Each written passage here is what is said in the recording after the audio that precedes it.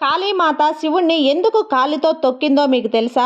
కాళీమాత రక్తబీజాలు నరుకుతూ వాటి రక్తం నేలపై పడకుండా తన నాలికతో ఆ రక్తాన్ని తాగుతుంది. చివరగా రక్తబీజాల తల నరికి ఆ తలను చేతిలో పట్టుకొని విజయగర్వంతో నడుస్తూ గట్టిగా అరుస్తూ అడ్డంగా వచ్చిన దేవతలను మనుషులను చంపడం మొదలుపెట్టింది.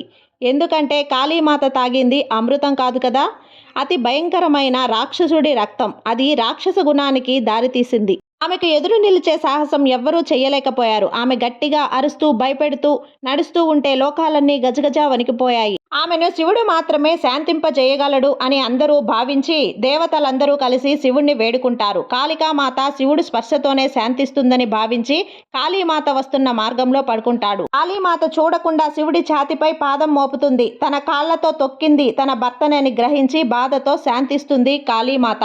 అందువలన కాళీమాత శివుణ్ణి కాలితో తొక్కాల్సి వచ్చింది.